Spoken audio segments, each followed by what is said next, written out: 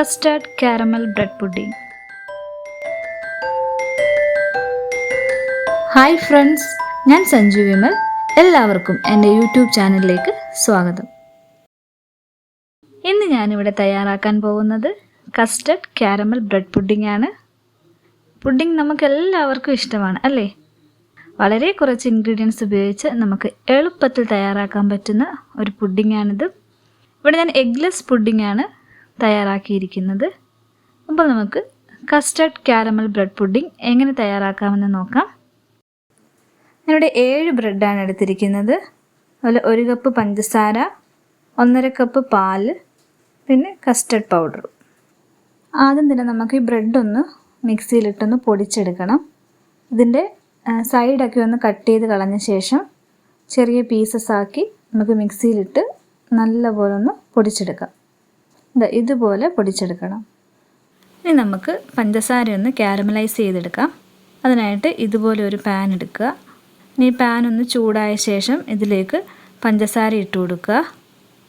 ഞാനിവിടെ 6 table spoon പഞ്ചസാരയാണ് എടുത്തിരിക്കുന്നത്. ഒരു 1/4 കപ്പ് പഞ്ചസാര എന്ന് പറയുന്നത് ഒരു 4 ടേബിൾ സ്പൂണാണ്. ഞാനിവിടെ 6 ടേബിൾ സ്പൂണാണ് എടുത്തിരിക്കുന്നത്. പിന്നെ ഷുഗർ കാരമലൈസ് ചെയ്യുമ്പോൾ വെള്ളം ആഡ് ചെയ്യാവുന്നതാണ്. പക്ഷെ ഞാനിവിടെ വെള്ളം ഒഴിക്കാതാണ് ഇത് കാരമലൈസ് ചെയ്തെടുക്കുന്നത്. ഇനി ഇത് ഹൈ ഫ്ലെയിമിലിട്ട് 1-2 മിനിറ്റ് ഒന്ന് ഇളക്കി കൊടുക്കാം. ഈ പഞ്ചസാര ഒന്ന് മെൽറ്റായി കളർ ചേഞ്ചായി തുടങ്ങുമ്പോൾ ലോ ഫ്ലെയിമിലേക്ക് മാറ്റണം. ഈ ഒരു കളർ മതിയാവും. ഇനി ഫ്ലെയിം ഓഫ് ചെയ്യാം.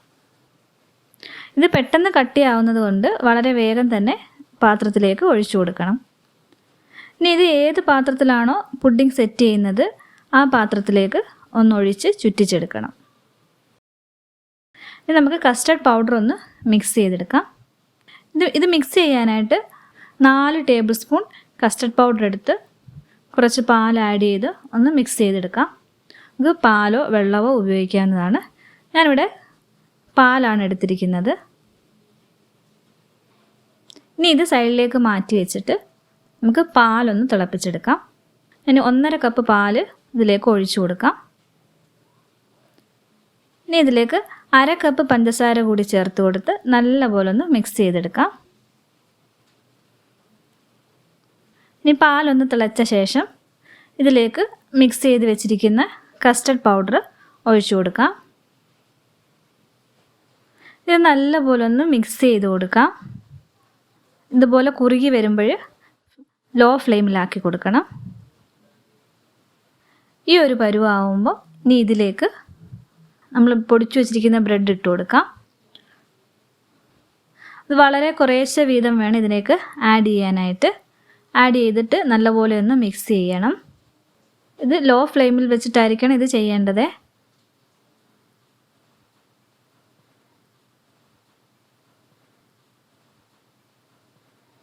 അപ്പോൾ അതൊന്ന് സെറ്റായി വരുന്നുണ്ട്. അത് റെഡി ആയിട്ടുണ്ട്. നമുക്കിനി ഫ്ലെയിം ഓഫ് ചെയ്യാം. ഇനി ഇത് സെറ്റാക്കി വെച്ചിരിക്കുന്ന പുഡിംഗ് ട്രേയിലേക്ക് ഒഴിച്ചു കൊടുക്കാം. ഇത് ഒഴിച്ച ശേഷം നല്ലപോലെ ഒന്ന് ടാപ്പ് ചെയ്ത് കൊടുക്കുക. ലെവലാക്കി കൊടുക്കുക. ഇനി ഈ പുഡിംഗ് നമ്മൾ സ്റ്റീമിലാണ് വേവിച്ചെടുക്കുന്നത്. അതിനായിട്ട് ഇതിന് സ്യൂട്ടായിട്ടുള്ള ഒരു അടപ്പോ ഒരു അലൂമിനിയം ഫോയിൽ ഷീറ്റോ ഉപയോഗിച്ചിട്ട് നല്ലപോലെ കവർ ചെയ്തെടുക്കണം. ഇനി ഇത് ആവിയിലൊന്ന് വേവിച്ചെടുക്കാനായിട്ട് ഞാനിവിടെ ഇഡ്ഡലി പാത്രമാണ് എടുത്തിരിക്കുന്നത്. ഇനി ഇതിലേക്ക് 2 കപ്പ് വെള്ളം ഒഴിച്ച ശേഷം ഇതുപോലെ ഒരു സ്റ്റാൻഡ് വെച്ച് കൊടുക്കുക. ഇനി ഇതിൻ്റെ മുകളിൽ പുഡിംഗ് പാൻ വെച്ച് കൊടുക്കുക.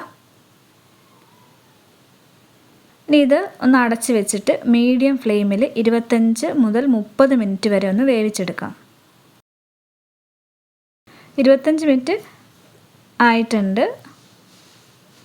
ഇനി ഇതൊരു ടൂത്ത് പിക്ക് ഉപയോഗിച്ച് ഒന്ന് കുത്തി നോക്കണം. അപ്പോൾ ഈ ടൂത്ത് പിക്ക് ക്ലീൻ ആണെങ്കിൽ നമ്മുടെ പുഡിംഗ് റെഡി ആയിട്ടുണ്ട്. അതല്ലാന്നുണ്ടെങ്കിൽ ഒരു 5 മിനിറ്റ് കൂടി നമ്മളിത് അടച്ച് വെച്ച് വേവിച്ചെടുക്കണം. ഇനി ഇതൊന്ന് ചൂടാറിയ ശേഷം 1 മണിക്കൂർ ഫ്രിഡ്ജിൽ വെക്കണം. ഇത് ഞാൻ 1 മണിക്കൂർ ഫ്രിഡ്ജിൽ വെച്ചിട്ട് എടുത്തതാണ്. ഇനി ഇതൊരു പാത്രത്തിലേക്ക് ഫ്ലിപ്പ് ചെയ്തെടുക്കാം. ഇതിൻ്റെ ടോപ്പിലൊന്ന് ചെറുതായിട്ടൊന്ന് തട്ടി കൊടുക്കണേ. എന്നിട്ട് പതിയെ വേണം പാൻ മുകളിലേക്ക് എടുക്കാനായിട്ട്. അങ്ങനെ നമ്മുടെ ടേസ്റ്റി ആയിട്ടുള്ള പുഡിംഗ് റെഡി ആയിട്ടുണ്ട്. ഈസി ആയിട്ട് തയ്യാറാക്കാൻ പറ്റുന്ന ഒരു പുഡിങ്ങാണിത്. അപ്പോൾ നിങ്ങളെല്ലാവരും ചെയ്ത് നോക്കുക, എന്നിട്ട് ഫീഡ്ബാക്ക് അറിയിക്കുക. ഇനിയും വ്യത്യസ്തമാർന്ന വീഡിയോസുമായി വീണ്ടും കാണാം. താങ്ക്